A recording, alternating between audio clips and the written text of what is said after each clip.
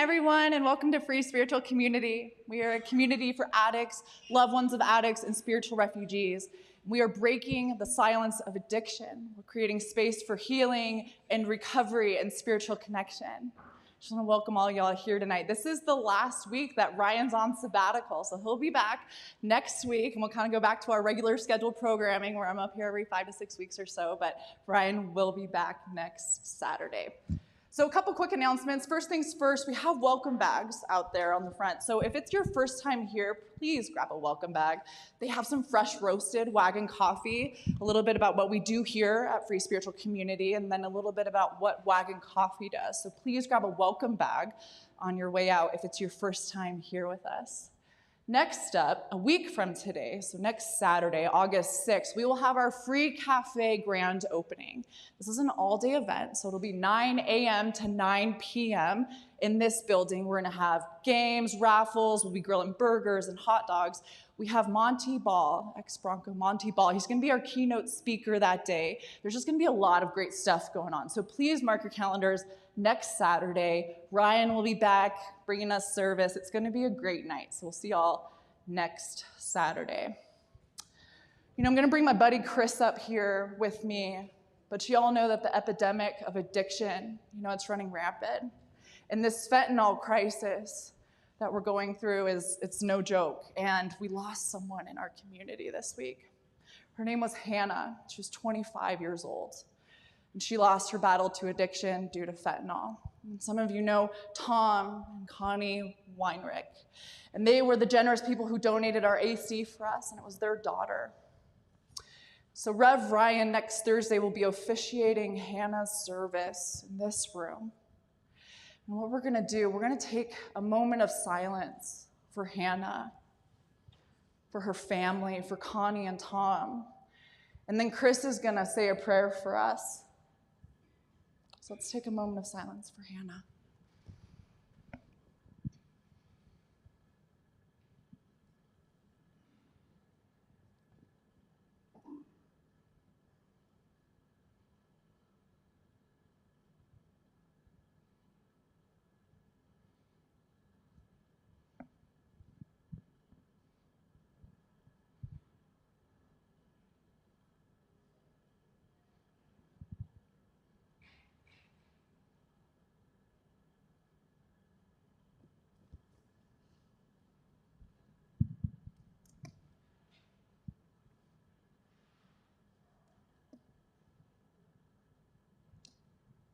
God, let this prayer bring comfort to the Weinrich family and all who have suffered the loss of a loved one. God, we come before you with broken and grieving hearts with the loss of Hannah. As the family searches for answers, words, and meaning in this dark and painful place, we are reminded that Jesus was also a man of suffering. We know that he is grieving with them and that they are not alone. Take away any guilt, anger, bitterness, and replace it with healing. God, give the Weinrich family strength as they endure this transition. Let them experience your presence as they say goodbye to Hannah. Allow them the presence to celebrate her life, knowing that she no longer suffers the darkness as she stands in your light. Grant them your peace and grace in the knowledge that she has been made whole. We thank you for the time spent with her and the fact that they will one day be reunited with her again in a place that knows no pain. God, let Hannah's spirit live on in their hearts as they grieve. Show them how to find new purpose for living and a way to honor her. Let there be growth and renewal on this journey. We claim your healing and strength in Jesus' name. Amen. Amen. Thank you, Chris. That was beautiful. Y'all, please keep Hannah and the Weinrich family in your prayers this week. So we're going to jump into celebrations. And in this community, we know that we have to celebrate even in the midst of darkness. That so often light and darkness, they walk together. So if you're new with us, we're going to take 3 minutes for our online community to write in the comments what we can celebrate with them, whether it's a new baby or a sobriety birthday or moving into a new house, whatever it is, we want to celebrate with you. And then if you're in here tonight with us at service, Derek is going to walk around with a microphone. Just raise your hand and say what we need to help you celebrate with. So Derek, and we'll take 3 minutes.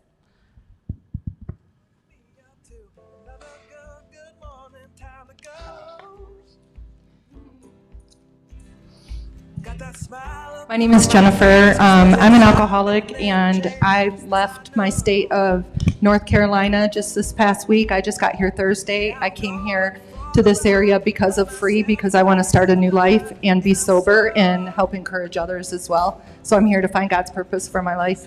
Jennifer, we're glad you're here. So Jennifer moved from North Carolina to Colorado to start her sober life because of free and is now in sober living here. So that's incredible. Jennifer, that's amazing. What else can we celebrate? We've got one right there, Derek.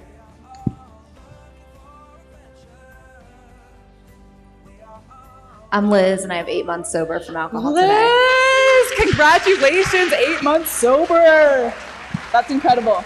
We'll lift that up for sure. Oh, we got another one. Kristen, our home team lead. What can we celebrate, sister?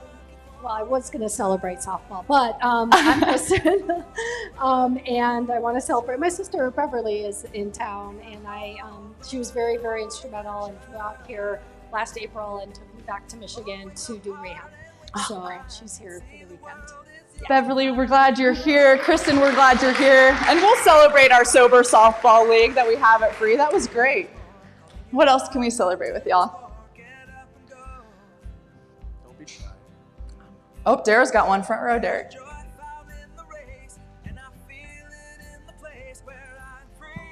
I just want to celebrate Paige and Max, who are part of this community. Just welcomed their little girl, Ellie. She was born a couple days ago. Beautiful little girl, yep. Congratulations, Paige and Max, on your baby girl, Ellie.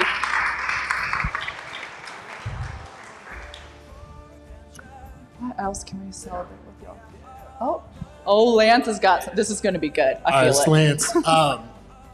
Hello to everybody this evening. I get to celebrate this evening with the two most wonderful women in my life, my mother and significant other, and grace to God, it will be 5 years ago was the last day I took a drink. Lance, congratulations. Lance and Tiffany, we're so glad you guys are here. Thanks for being here. What else can we celebrate? We got about 30 seconds. Derek can run fast, don't be shy. I know he doesn't look like it, but he hits cardio. I did legs today, so he needs it. You guys, 20 seconds. What else can we celebrate?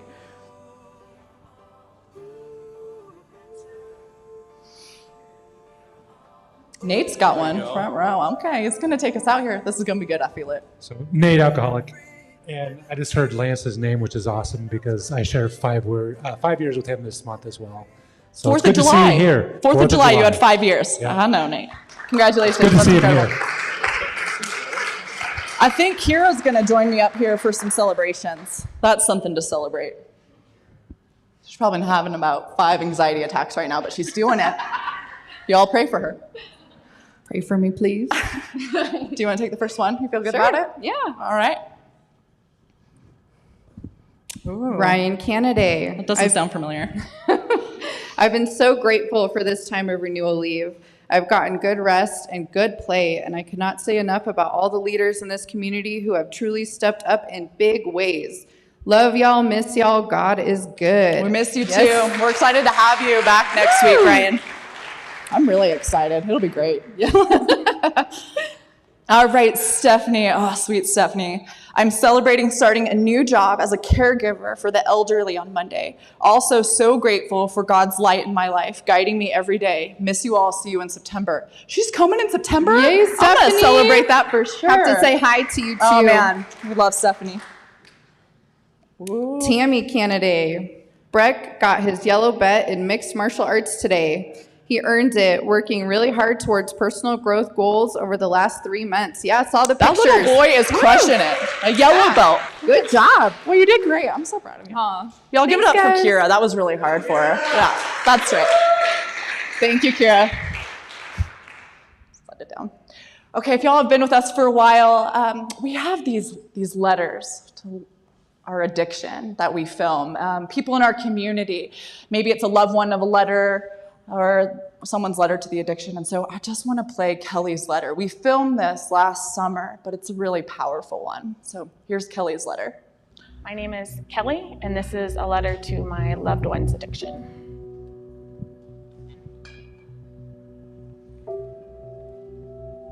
To my enemy, my loved one's addiction.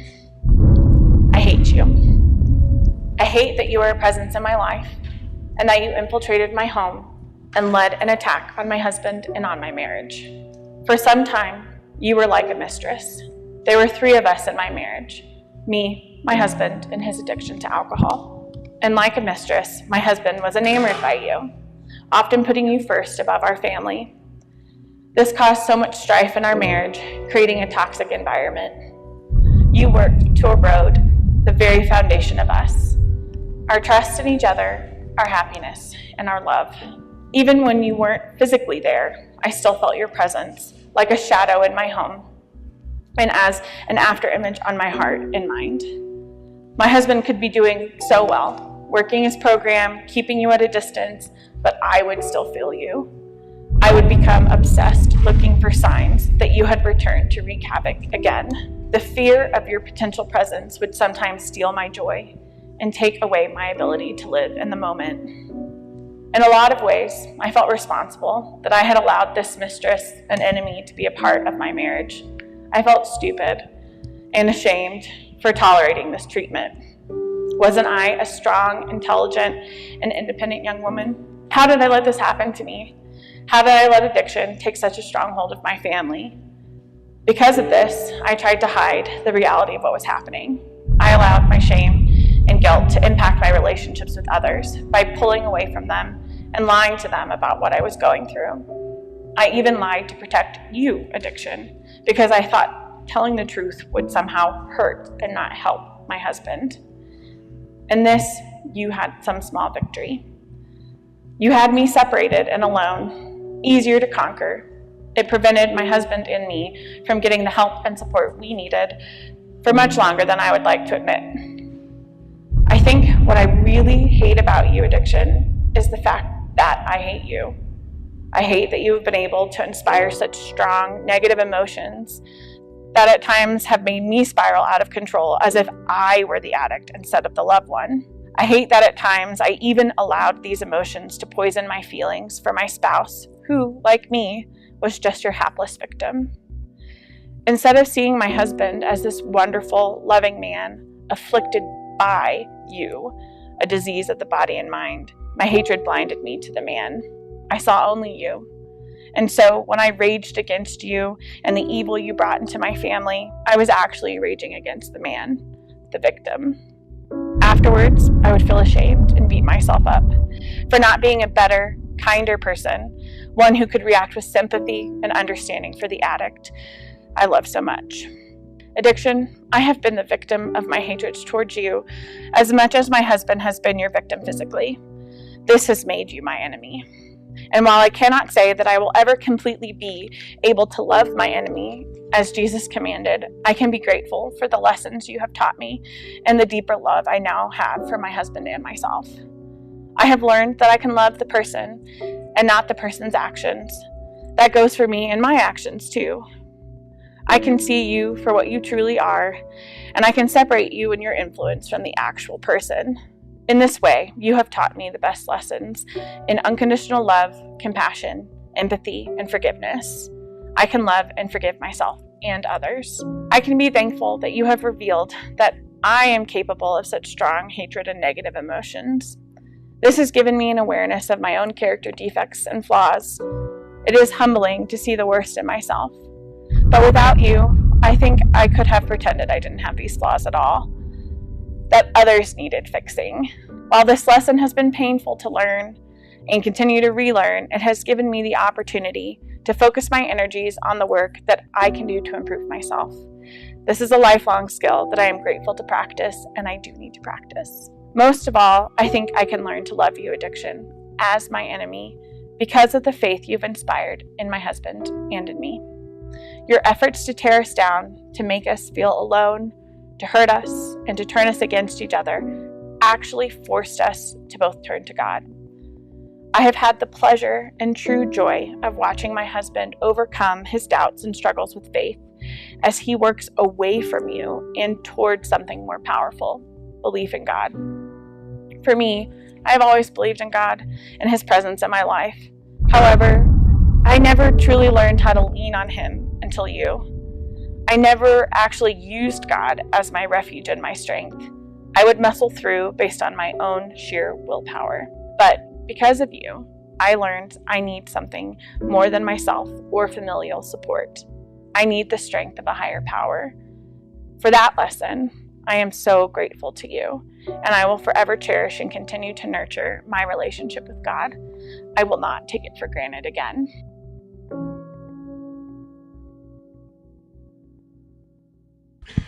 Well, you guys, we are in our fourth and final week in this 4-week series on the power of now. So here's a quick video for y'all to check out.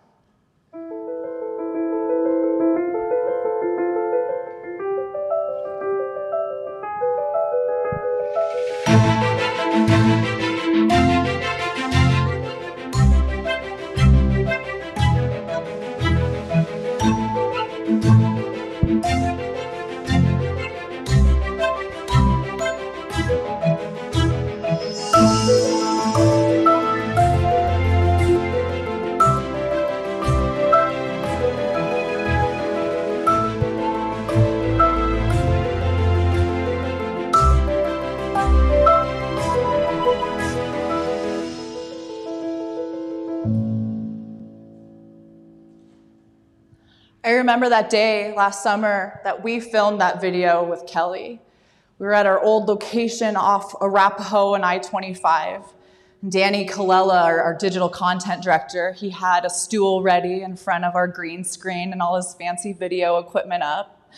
And it was a Saturday, so it's a Saturday afternoon, and we're buzzing around, kind of getting ready for service. Tammy's in the wagon coffee room roasting coffee, and Rev Ryan's running around without shoes on like he always does before service. And Kelly walks in with her husband, Steve, and there's, at that time, he was a newborn, Kierwin. And Steve took Kierwin, and Kelly sat at that stool in front of the green screen, and she just poured her heart out. And I remember Tammy and I looking over at each other, and our jaws just hit the floor. You know, that was really powerful to witness. And I just felt like her entire heart in that moment, you know, and I physically felt her pain as much as I could walking in my own shoes. I remember aching for my own family and for the families of addicts that deal with this disease. And once Danny Colella had done, you know, his Danny Colella magic and editing that video, he had sent it to Ryan and I. And I immediately sent it to my mom. And a couple words about my mom. You know, if there's a poster child for a loved one of an addict, my mom is one of them. She is a 4th generation loved one of an addict. Her grandfather was an alcoholic. Her father was an alcoholic. All 3 of her siblings are addicts and alcoholics. And I am an alcoholic. And so I sent her this video. This is a woman who drugs and alcohol have wreaked havoc on her entire life, and she's not the one using them. And I just told her, man, it would be really powerful for you to do something like this. You've got a great story. And the next day she sent me a text and said how much Kelly's video had meant to her. But she was nowhere near ready to share her story. And I understood that. You know, I 100% respect that. I understand that we're all in different stages of our acceptance and our understanding about our circumstances. And if you're not at the point in your journey where you're ready to share about it, that's okay. I think that communicating that is just as brave as actually sharing your story. I do. And I told her I understood, and that was last summer, and we didn't talk about it since. You know, our mission here at Free is to break the silence of addiction. And we do that by recovering loudly so others don't have to suffer silently. What I know for certain is that the people in this room here tonight, or the people online with us, they don't keep me sober. The people at Free in this community, they don't keep me sober. meetings and prayer and meditation, that doesn't keep me sober. God keeps me sober. But what I know also for certain is that God does his best work through people. That I can experience the purest form, the purest acts of God through other people, through being a witness to others. And that's this human conduit connection. And a conduit, by definition, is the means by which something's transmitted. I know a lot of y'all know full-time I work at an engineering firm, and we do a lot of underground electric line designs. And so the conduit is the tube in which the electrical cables are pulled through. It's the channel that gets the electricity from the switchgear to the house. But we're not talking about electric lines tonight, we're talking about human conduits. Do y'all remember the ripple effect that your addiction had? You know, like your behaviors, there was a consequence for each one of those behaviors, and people were affected by that. You know, your loved ones were affected by your behaviors. Or maybe you're a loved one of an addict, and maybe it was your codependency tendencies that there was this ripple effect to those behaviors, ripple effect to addiction. But recovery, it has the same ripple effect. You know, the inner work that we do on ourselves, it's transmitted and it starts to help others. Our stories, they begin to give others peace when they're struggling, and our truth brings grace to those that are ashamed of theirs. What's that saying? That hurt people, but healed people healed people. Free spiritual community, what is keeping you from sharing your truth? What are the fears or beliefs that are keeping you from being the conduit to God? So tonight we're going to be in the book of Acts.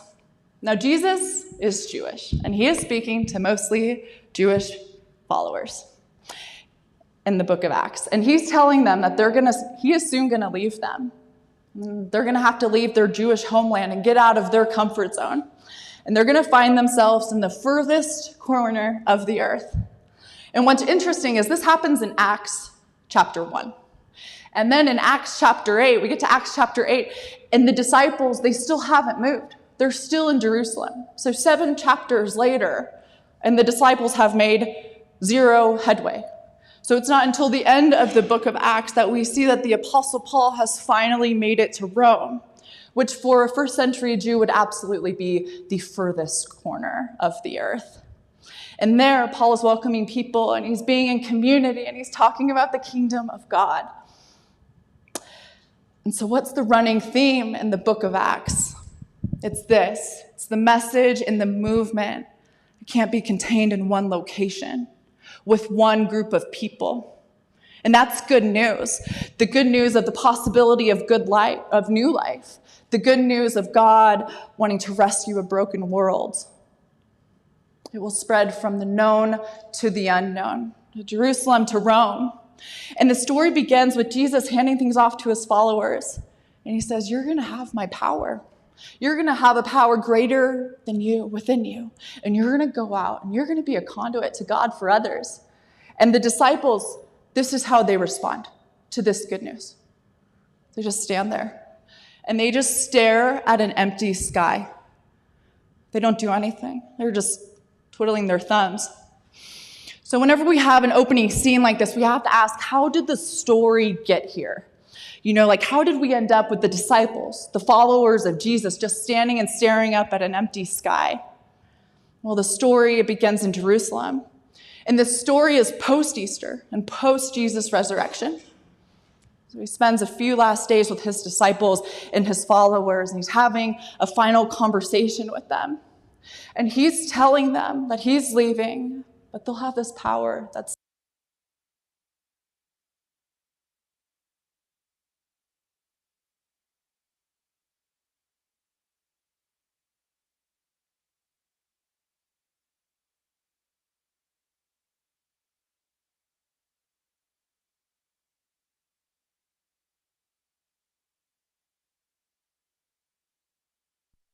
check. Oh, there I am. All right. So Jesus, he's telling them that he's leaving them, but they're going to have this divine power that's going to reside in them. And so in Acts chapter 1, verse 8, it says, what you'll get is the Holy Spirit. And when the Holy Spirit comes on you, you'll be able to be my witness in Jerusalem and in all of Judea and Samaria and to the ends of the earth. Yes, I'm leaving you. But you're going to have this power and you're going to have this story, and it's not going to stay here. It's going to grow and it's going to expand because it's bigger than you. And now if you read too quickly, we miss how provocative this text is. Jesus says Samaria to the ends of the earth. And he wasn't just picking out random places. He was very intentional with his words. I think we've got a map up here. So there's Jerusalem in Judea, and then right above Judea and Jerusalem is Samaria. And then above Samaria, we have Galilee. And so you might remember a story from John chapter 4. Rev Ryan has preached this story multiple times about the woman at the well.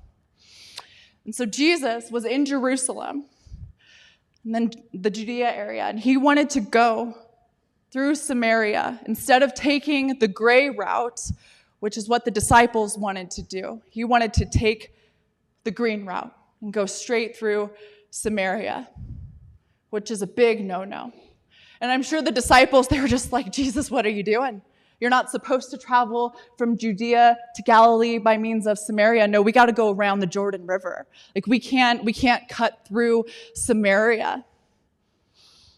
Imagine how that conversation in Acts went. When Jesus told them that, no, we're going through Samaria. No, we can't do that. Maybe you've forgotten, Jesus, but we're Judeans and they're Samaritans. We're arch enemies. We don't get each other. We can't go through Samaria. We don't like each other. They're not like us. Jesus, maybe you've forgotten that we have these barriers that are set up. And those barriers, they let us know our identity and they tell us who we are. And they tell us where we belong. It's crazy ancient thinking, isn't it?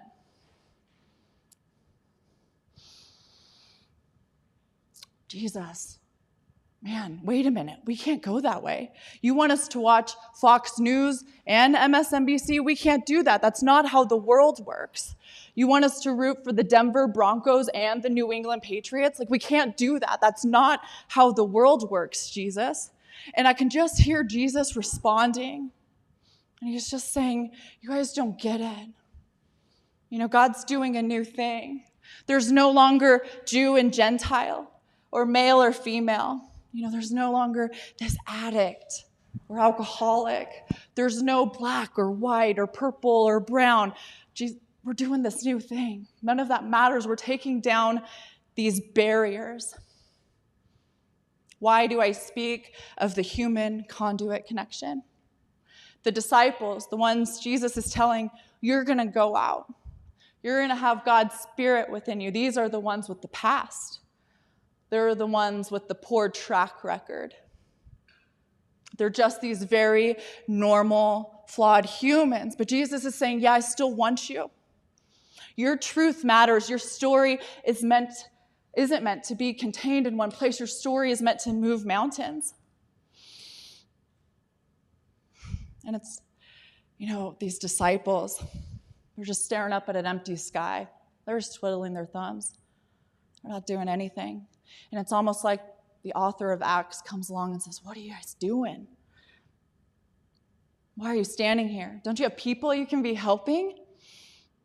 And when verse 8 states, you'll be able to be my witness in Jerusalem and in all of Judea and Samaria and to the ends of the earth, that kind of witness is about presence and it's about relationship. It's about being a conduit to others. We have to be vulnerable enough to share our stories and open enough to hear other people's stories. And not just because we have some sort of agenda, but because we have this deep sense that all of our lives are profoundly interconnected. I'm no better or no worse than you are. We're all one and the same. Witness can be done by anyone, anywhere, at any time. This community needs you. This world needs you, the real you. The times that you fall on your face, those dark places and the ones you don't want anyone to see, yep, we're going to need those too. The book of Acts is this great reminder that there's this powerful and divine presence that lives inside each one of us, and that we were created for so much more than to stare at an empty sky, so much more than to stay silent. We were created to be a conduit for God to one another. You know, earlier this year, Ryan and I, we had breakfast with a guest storyteller that we were going to have on. And it was one of those weeks that Rev Ryan, he was going to do the whole service, and I was just going to preach and do the sermon. And so I thought, you know, we were in our Spiritual Refugees series, and I was like, man, I've got the perfect person lined up. It was just like, Ryan, I've got this. We don't need to worry. This is going to be a slam dunk. This is a wrap. We can just go home. I've got this. Have any of y'all ever been there? And then God just kind of laughs and is like, yeah, watch this. That's exactly how that went. So we're at this brunch, and we're talking about how the service is going to go and what it's going to look like and what my sermon's going to be about. And this person, you know, they're a national speaker for their profession. And this person has an incredible spiritual refugee story and was celebrating decades of sobriety that month. It was perfect. And it became very clear very quickly to both of us that this person they were absolutely comfortable sharing their spiritual refugee story, but they were not comfortable talking about their sobriety at this platform. And so it kind of came to the conclusion that it wasn't the right fit. But this is on a Thursday, so we've got like 48 hours to figure out what we're going to do for service on Saturday. And we were scrambling. Like that's a tough spot to fill. A spiritual refugee series, you can't just like insert human being here. So we're racking our brains that day. And it was just one of those days where you get home from work and it's like your brain went through a meat grinder. You know, it's just like, man, that was a tough one. And I remember calling my mom, and I was just venting to her about my day and how we do. Thank God for moms and just being able to vent to them. And I remember closing out that conversation, and I was just like, man, I get where she's coming from, but we just, we got to recover loudly so people don't suffer silently. Please hear me when I say that I understand where that person was coming from. But dang, if everyone thought like that, I would be dead. Like my addiction, it would have killed me. I needed to see case examples of other sober women, sober women who were actually living their life. And not just living their life, but thriving. Like I couldn't see that, and I had to see those case examples. I needed to see that it was possible to put down the bottle and create a life that I didn't need to escape from, that was so far-fetched for me, that I had to see people do it before me and hear people talk about it. I couldn't imagine it for myself. But maybe if it was possible for you, maybe I could get there. Maybe I could. That's the human conduit. That's the human conduit connection. Our mission here at Free is to break the silence of addiction. We can't afford to lose any more Hannahs. We can't afford to lose your brother or your mother or your father or your friends or your husband. Silence and just staring up at an empty sky. People lose their lives that way. Last month I was lining up my sermons for the storytellers in July. And my mom, she spent the last year on this journey in a recovery program called ACA. And it's Adult Children of Alcoholics. And ACA is for people who are wanting to recover from the effects of growing up in an alcoholic or an otherwise dysfunctional family situation. And I knew that she had been on this path, but that conversation from last summer was ringing in my head. So it was kind of one of those things where you pick up the phone, but you already know the answer, and you're like, okay, well, at least I can check this box off. I can just, she doesn't want to do it, and it's fine. And so I called her, and I asked her. And she said yes. Do you remember what you said to me right after that? You said, it's important that we recover loudly so others don't have to suffer silently. What's the divine power residing in you? It's God. But it's also being real, and it's being authentic, and it's being honest.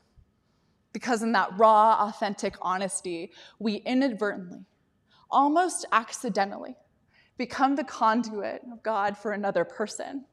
your past mistakes, those broken pieces inside of you, those are just souvenirs of grace. What I'm saying is what you've been through will be the survival guide for someone else.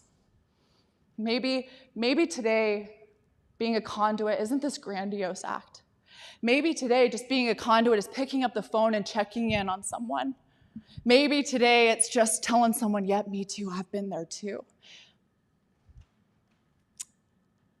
Honestly, sometimes people just want to hear that your house sucks too. And if I'm being honest and I'm being real, this past month has been one of the most beautiful and agonizing and painful growth-filled months that I've been through in a long time. Let me tell you, my house sucks sometimes too. And I found myself shaking my head at grief, the grief that it's forced me to face, and the blessings that it's made me consider have kind of blown my mind, and then recognizing all these pivots that God have put in my life. Man, it's pretty profound. But through this, I keep telling myself, don't stay stagnant, and don't stay silent, and don't stay looking up at an empty sky. As I close, I want you all to reflect on what are the things that are keeping you staring into an empty sky. What are the fears or the beliefs that are keeping you from being a conduit of God to another? I don't know who needs to hear this today, but the activity of God cannot be stopped by human decisions or by human mistakes. In fact, some of your greatest mistakes are the seeds that'll fill the greatest miracles in your life. That's called purpose, and it always prevails. That's the real power of now. Sitting with what is and being a witness to it, knowing that life is not happening to you, but it's happening for you, right here and right now. Rumi said that the cure for the pain is in the pain. And I think what he meant by that is the exact way that we're meant to show up in the world, to transform the world, to transform this community, to transform ourselves, is by being in it, by showing up and being in it, fully present without escape routes. If you don't take away anything else from this 4-week series on the power of now, take away this, that the power of now is living life on life's terms, to be fully present, because by doing so, we're creating a survival guide that could help someone else. The power of now is to take care of ourselves in the moment and let God take care of us so that we can be a conduit for God for another.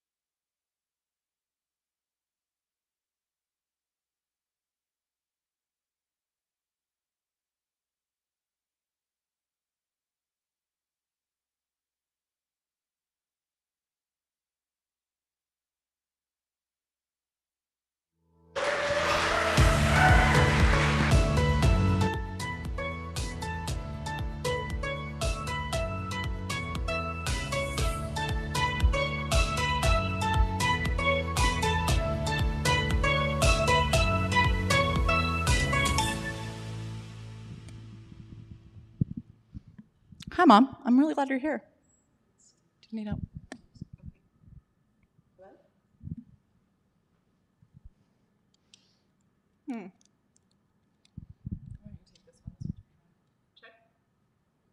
Hello?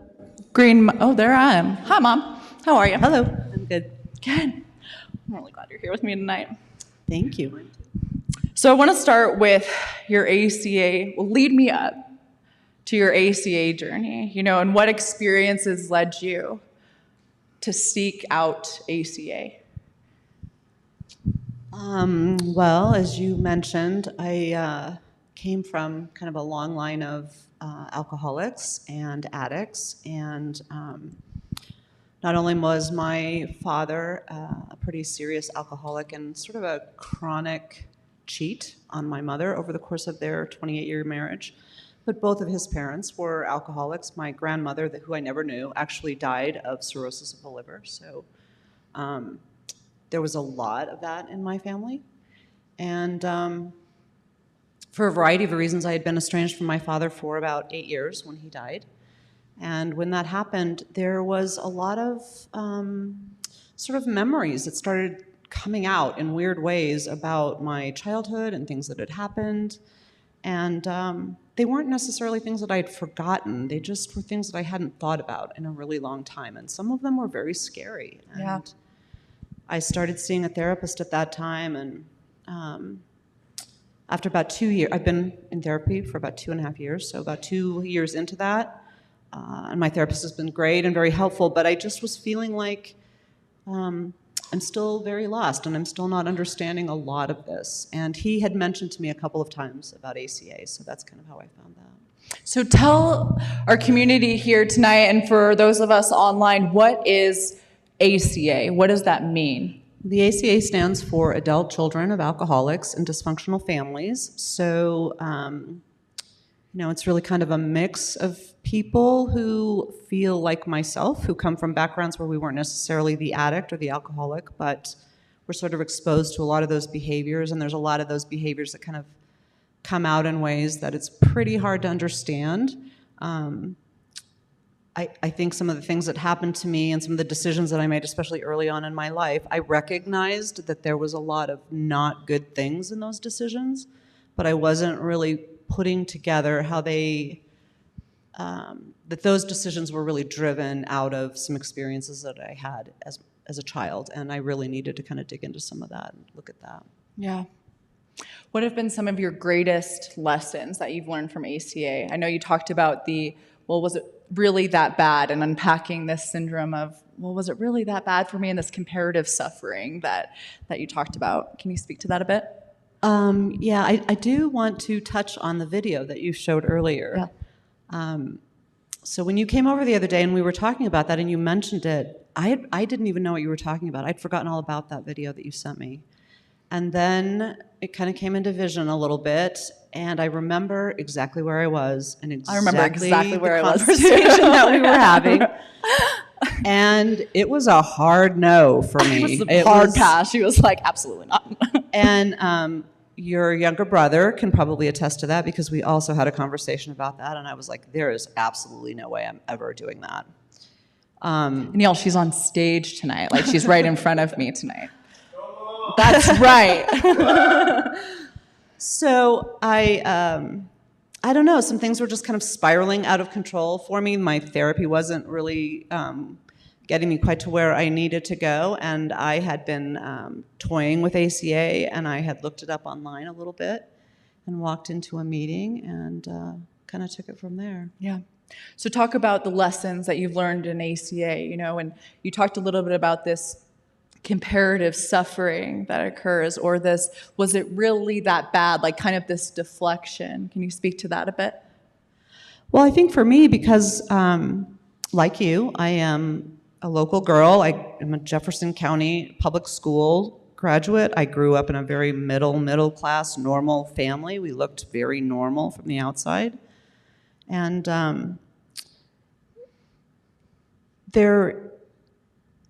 I think when I walked into those rooms, and I think the thing that kept me from going to those rooms sooner was this sense of, it really wasn't that bad. I had food to eat, I had clothes to wear, I went to school.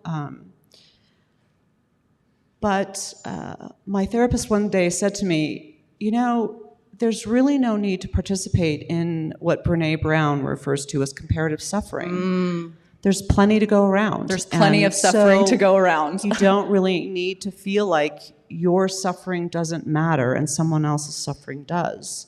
And I think the most impactful thing that happened to me in those rooms was what you were talking about earlier, and just hearing other people's stories. Yeah. And recognizing that even though my story was different from other people, it was very much the same. And I mean, just the power of hearing other people's stories and just thinking, you know, it was that bad, and it is something that has to be looked at and evaluated and really dug into. Yeah. And I think too, Noelle, I have to say that the work that I saw you doing and the programs that you were working on was very inspirational to me, because I knew that the things that you were asking yourself and the work that you were doing was very hard. And it took me a while to realize that I needed to do that same work. But you doing it was very inspirational, and just watching you do that was, I felt like if she can do it, I can do it. Anyway, if Noelle can do it, anyone can do it. I think you touched on something really important. You know, whether you're an addict or you're a loved one of an addict, just this me too. You know, like that happened to me too. Like instantly, you know, that's just like the great equalizer of, oh my gosh, I can take my armor down, like someone gets me. And I think that's what's so important about different recovery communities, no matter what community you kind of associate with, it's that me too, like I was there too. And that's universal across addicts and loved ones of addicts. And it's really important. So I want to switch gears here, and I want to talk a little bit about the loved one of an addict side, and instead of the adult-child dynamic, but maybe our dynamic, you know, as you as loved one of the addict and me as the alcoholic. And you, you know, if there are helicopter parents or parents who are incredibly enabling of their child's addiction, they're on one end of the spectrum, and you were on the other. Like you were on a different continent, and you took a really hard stance on enabling, but it was because of your experience with your siblings. Like you knew what happened when you enabled. You knew that you were feeding their addiction. But I know that that was so difficult for you, and I know that that broke your heart. And I want to talk about your thought process in the stance of enabling, and why you took the stance that you did, and also how hard that was for you. Well, I have an older brother and two younger sisters, and who all really struggled growing up and really struggle now as adults. And I watched a lot of enabling as I was growing up. That was just kind of the way that my family operated. It was a lot of fix, rescuing, and saving that my mother in particular was trying to do. And to me, it just was the way that things operated. That's the way that you did things. One of my sisters is 2 years younger than I am, and she lived with us for a while, for a period of about 3 years. And over that course of time, I spent a lot of time trying to fix, rescue, and save her. She was 40 years old at the time, and I wasn't very successful. And I think because of that experience, when you first presented with your addiction, I just made the decision to go the opposite direction. I just wanted to clamp it down and control it and stop it and make it go away. And I felt like the way to do that was to not enable, to just say, this is on you, you have to deal with it, and I'm not going to have anything to do with it. And that was very hard. It was a very hard thing to do. It's very difficult when it doesn't matter who your loved one is, but if it's a child of yours, you just want them to be better. You want them to be healthy. You want them to be happy. And to see you go through that and not be able to fix it, and I felt like the only thing I could do was just say, stop it. Yeah, yeah. I want to talk about, this story takes a little bit of context, but I think it's really important. But I want to talk about what it looked like when I did my amends with you. And to catch you all up, when I did my amends to my parents, I was about 9 months sober. And because of this enabling stance that my parents took, which in hindsight, it was the greatest thing that ever happened to me. Like, had I been enabled by my parents, it would have kept me in the game longer, you know, like it would have kept me out there longer. So I'm so grateful that you had such a hard stance. You know, I spent my 20s collecting DUIs and you were like, nope, you're doing that yourself. And I did, but it came to a stop quicker because of that. And so I'm grateful for that. But when I did my amends to my parents, you know, it looked a lot like they only knew half-truths about what my addiction looked like. You know, they really didn't know how many DUIs I had. No one in my life knew my story A to Z, because if they knew my story A to Z, they would say, hey, Noelle, maybe you should look at this drinking thing. You know, like maybe you should put the bottle down. And so no one knew my truth. And so my amends to my parents was a lot of, this is what really happened in this situation. This is what it really looked like. I was on work release. I had an ankle monitor at work. I had multiple DUIs. Like, this is what it was. And from my perspective, your reaction, you were very upset. But your reason for being upset was very different than why I thought you were upset. When I did my amends, I was thinking that you thought I was one way. You know, you thought I was doing really well for myself and things were going really great, and you had to mourn who you thought I was. And now it's, oh my goodness, Noelle she's one of my siblings now. You know, like she's an addict and she's like my dad. She's like my grandfather. Like this cycle is repeating itself. I can't get away from this.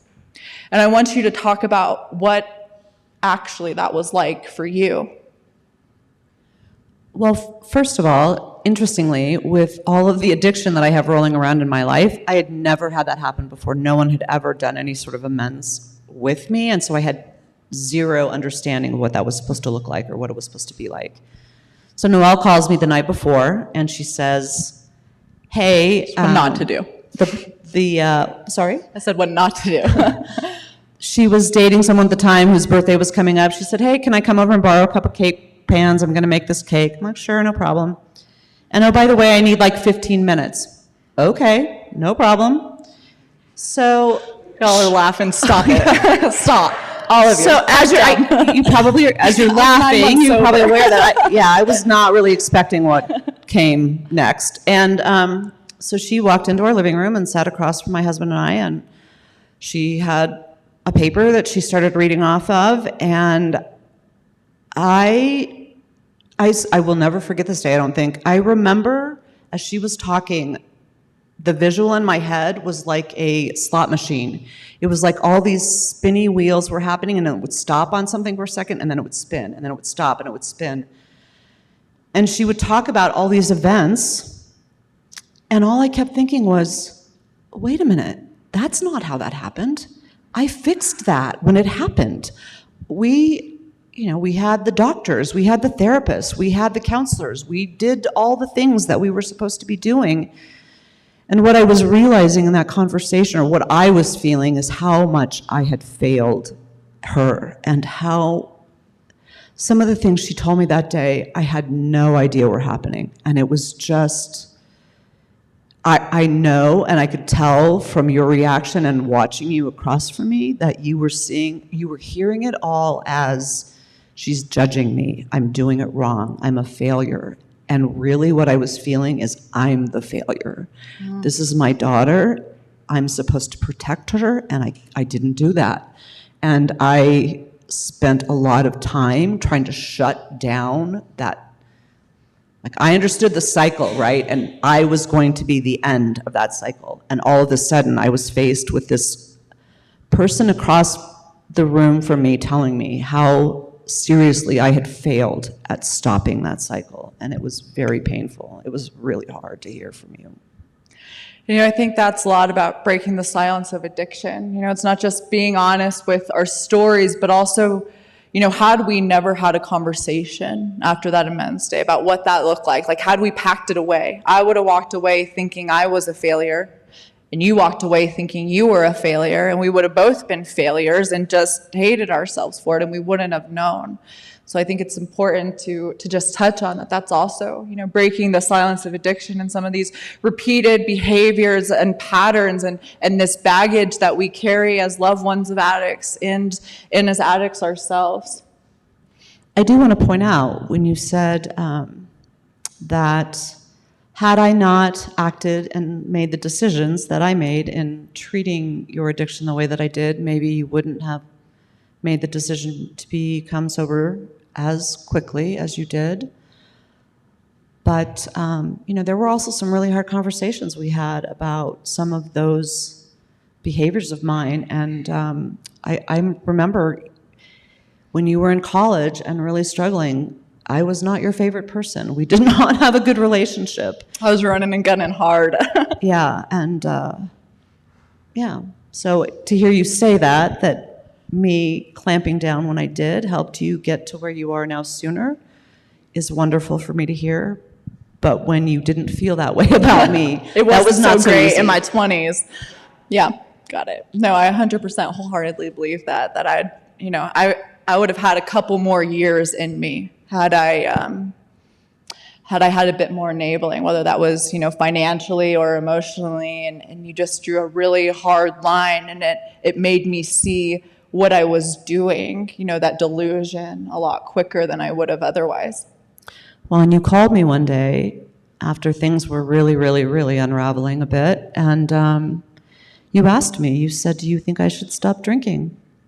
And can I tell you all, this is after I had 3 DUIs. It's a Monday morning, and I'm just sitting at the engineering firm I work at, and I'm just like, man, things aren't going great right now. And I call her and I say, do you think there's a problem here? Like, maybe is there something I should look into? Well, and my response was, it doesn't matter what I think. What really matters is what you think. And I mean, of course, my answer was yes. Yeah, give it up for her. But I knew that saying, yes, you need to stop drinking was not what she needed to hear. It was more, what really matters is what you think. You all know as addicts and alcoholics, if someone tells us to go right, we're going to go left with a vengeance, And so just really brilliant in saying, well, I don't know. What do you think? Because if she would have told me, yeah, Noelle, there's a problem here. But that day was June 23rd, 2019. It was a Monday. And that was around 10 a.m. that I called you in that conference room. And I went to my first AA meeting that day. It was at noon. And I never went out again after that day. So my sobriety date, that's my sobriety date, was that day in that conference room at that conversation, Well, I'm glad that you answered that question, yes. So there you go.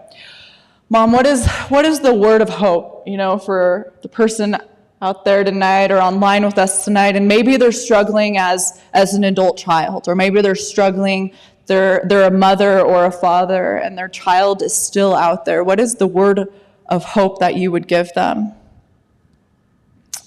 Well, I think the first thing I would say is that you just really have to accept the fact that you cannot enable anyone out of their addiction. You just can't. It doesn't matter how much you love someone, how much money you have, how much influence you have. It just doesn't work that way. And I think something that I'm definitely working on is I tend to struggle a little bit with how to detach in a healthy way, I don't have a great relationship with any of my siblings at the moment. And that is true because I don't trust myself in those relationships. It's very easy for me to get sucked into that enabling, and I know that that's not helpful. But it's also a very deep reaction that I often don't control. And so I think where ACA has been so helpful to me is just really giving me the power to kind of dig into the things that I need to understand about myself, right? So you did not, I know that you sometimes will defend this point, but you did not turn out the way that you are. You are not an alcoholic today because you just showed up that way. There were things that I did as your mother, as your parent, that I could not help pulling through from all of the things that I experienced. And at this point, I think the only thing that I can do is really take a deep look at all of that and say, how can I do better? And how can I speak to other people to find these rooms sooner? And if you are asking yourself the question, well, was it really that bad? The answer is yes. And, and then the next thing that you should be asking yourself is, what do I need to do about that? Like, what do I really need to look into? What is, just like the programs that, the 12-step programs that you work, it's really about looking in the mirror and saying, okay, where do I need to make some adjustments? And I just recently turned 62 years old. In some of these meetings. Happy birthday, Mom. Thank you. In some of these meetings, I have met some amazing people, some people that are much, much younger than I am. And I just want to say to them, figure this out before you're 62. It just is a lot. Life will be a lot easier for you if you can just get there a little sooner. That was so good. There's something that I want to end with that you said that just blew my mind. But you said, I didn't understand why I had to do the 12-step thing as a non-alcoholic or an addict. I didn't get how that was going to help me, but it saved my life. Can you speak to that a bit? Well, I think that was, I think there was two things that were really keeping me out of the ACA rooms. One was this question of, was it really that bad? And I'm sorry, say that again. I just sort of... No, you're, when you said that, I didn't get why I needed to do the 12-step thing. I would hear you talk about the work that you were doing and some of the things that you were doing in the meetings, and I just wasn't putting together, I think, that all of the behaviors, the actions, the things that I couldn't control were really not that much different than dealing with an addiction. My addiction was different. My addiction was enabling. My addiction was codependence. My addiction it wasn't to a substance necessarily, but when I really looked at it, it was very similar. And then it started to make a lot more sense. And again, kind of going back to, I really had to look at the things that I had pulled forward from the experiences that I had and really be honest about the behaviors and the actions and the things that I was doing because of that. And it's not easy. Some of these, and as y'all know, that it's not easy. This is not, it's not a fun ride. It's a hard ride. But I've been in ACA now for 4 months, and I can't even begin to tell you how much differently I feel today than I did 4 months ago. It has just really been unbelievable. That's incredible. Well, you're going to stick around a bit after service, right? I know that there's some moms out there and some community members that want to talk to you a little bit about ACA or maybe being a loved one of an addict. So stick around to talk to them. But thanks for joining me up here, Mama. Thank you. Can you all give it up for my mom?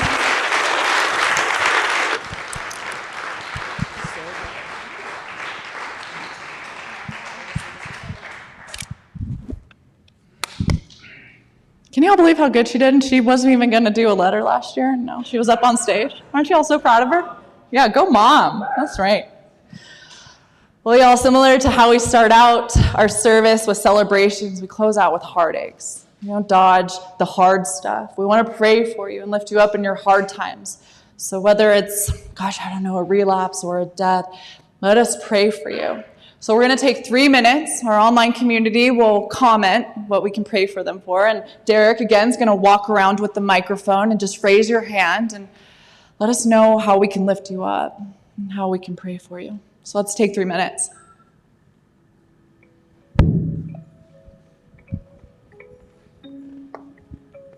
I lost my grandma this past week. It's been really tough. So, Caitlin, we love you. Lifting up your grandma and your family, and thank you for sharing. We love you, sister. I'm glad you're here.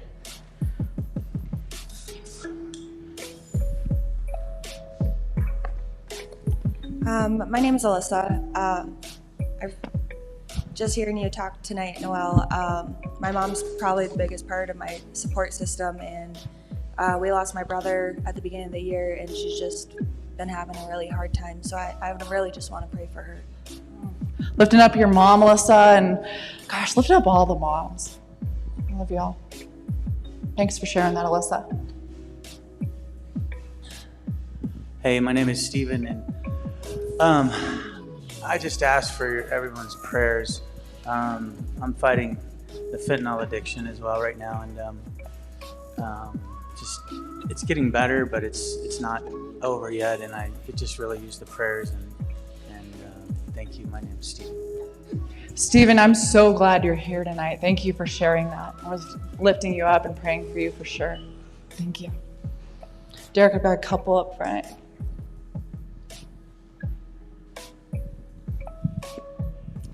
My name's Carla, and I work with individuals in addiction recovery. And in the last 2 months, we've lost 6 patients to fentanyl overdoses. And so I ask you to actually pray for all of us counselors, because the burnout rate, and many of the individuals I work with are so young, they're just coming right out of their education or maybe still in it, and they're burning out so deeply from that. So just really cover our addiction counselors right now.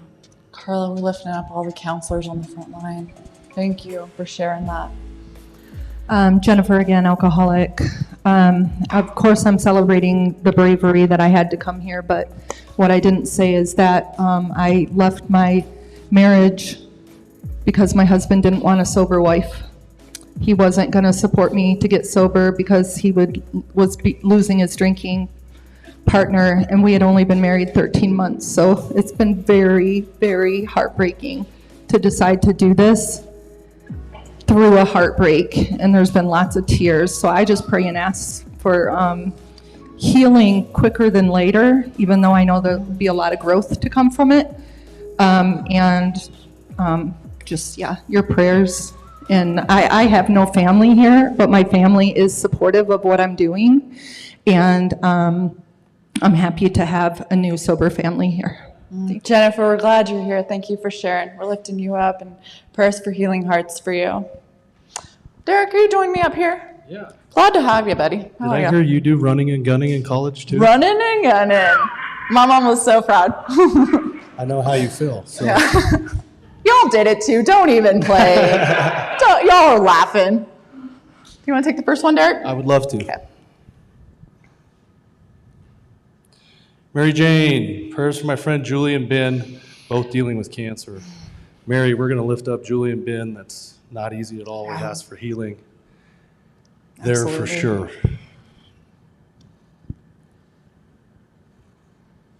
Ryan Canaday. Does that name ring a bell for you? I know who that is. Okay.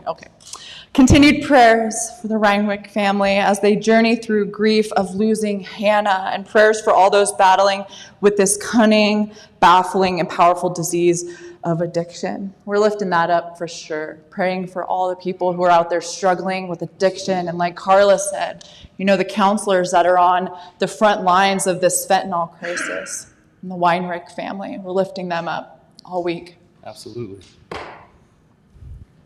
Sydney, I love you. I'm asking for prayers of strength as I work on forgiveness, as I work on acceptance, as I work on realizing my worth. Walking through some mucky waters and just leaning into my HP for more than ever. Sydney, lifting you up so much. Yep. Forgiveness is always yours. Acceptance is so hard, but you're not alone. So lifting you up. We love you, Sydney. We're glad you're part of this community. You and Sunny. Absolutely. Y'all are the best. Shannon, needing prayers for my dear friend Kyle as she has relapsed and is currently in detox. So proud of her for making the call to ask for more help as she navigates her journey. We don't do shame. That's right, Shannon, and we're lifting up Kyle and her family. Ryan, back at it again. Prayers for Stephen in battling fentanyl addiction. Absolutely, Stephen, lifting you up. I want you to know my father's gone through the same thing, and my brothers, and it's not easy, man, but you're not alone. And we're so glad you're here, Stephen. Absolutely. So glad. Christy, sweet Christy, prayers for peace. And that's the last one. We'll end with some prayers for peace. That's a good prayer. Anyway, one. Thank you, Christy. Yeah. We love you too. So. Well, thanks for joining me up here, Derek. I appreciate you. All right, you guys. There are a couple ways to donate here at Free, and we're so grateful that you all do that.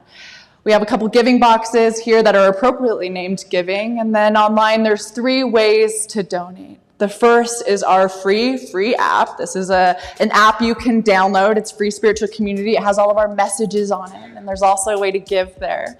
You can also text Be the Wagon to the number that's on your screen, and there's a couple instructions to donate that way. And the third and final way is at freespiritualcommunity.com and under that giving tab. All right, well, we're going to go out with a prayer tonight, but I want to bring up my buddy Brett. He's going to go out with a prayer. For those of you who don't know Brett was struggling with some social anxiety, and so we bring Brett up. He's a great member of our community to take us out in prayer. Y'all have heard Brett laugh. He's the best.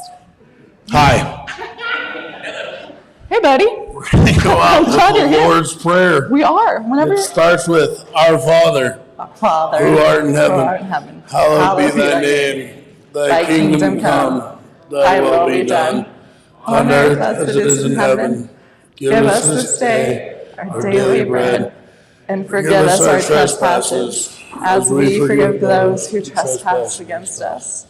And lead us not into temptation, but deliver us from evil. For thine is the kingdom, and the power, and the glory forever. Amen. Thank you so much, Brett. You did great. You guys, Rev Ryan will be back next Saturday, so we hope to see y'all then. Hope you have a great week, and thanks for coming out tonight. Have a good night, y'all.